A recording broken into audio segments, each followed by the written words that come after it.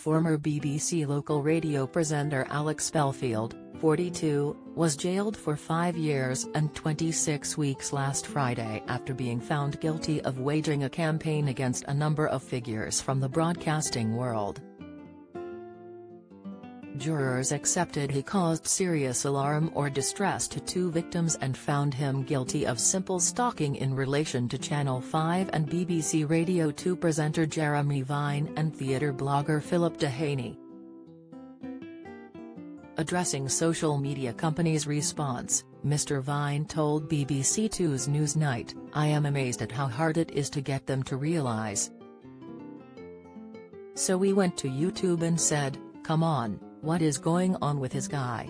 You can't allow him to just defame. And then we said, okay, there is a libel action now based on that video, they still won't take them down. Eventually I have to go through a lawyer, they take down individual videos, and then when he is convicted they demonetize him. But half the videos about me are still up there." His technique was to say copy and share, so you will have someone who takes his video in Moscow and hosts it. It will always be out there, I have got to live with that. He continued, but the fact that YouTube hosts this stuff, they have no responsibility. They don't care. They don't give a toss.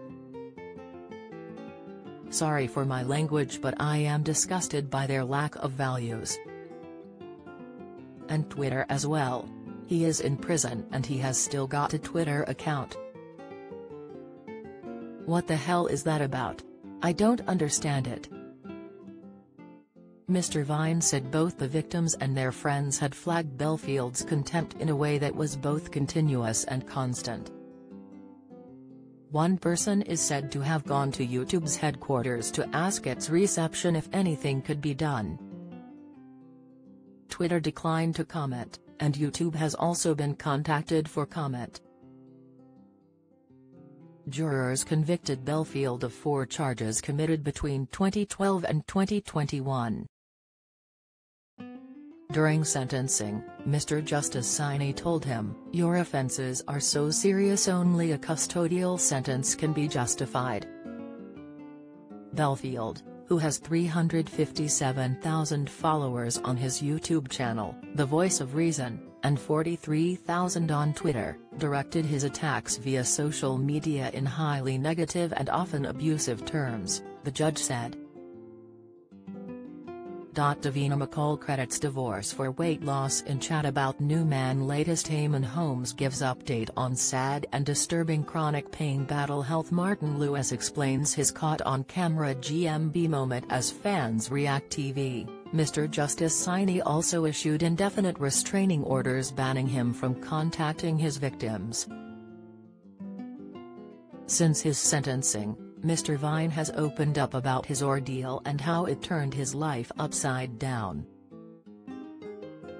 During a segment on Wednesday morning's BBC Breakfast with John Kay and Sally Nugent, Jeremy sat down with Newsnight's Victoria Derbyshire. Getting into the experience and wanting to know the deeper side of what Jeremy went through, Victoria simply asked, "Were you afraid of him?"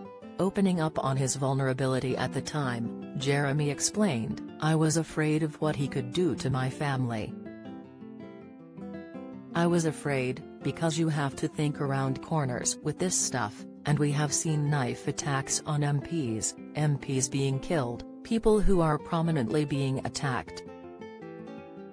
So I am not trying to give myself undue status here, but I had to think this through. I can see this YouTube channel is an absolute fountain of hate. He wants that hatred to be so great someone pays me a visit, and I know he wanted that because he put my home address up, so I had to take it seriously." Mr. Vine added, "I have 2 teenage daughters, I can't be casual about it, so at that point I was scared for them. I felt broken over it.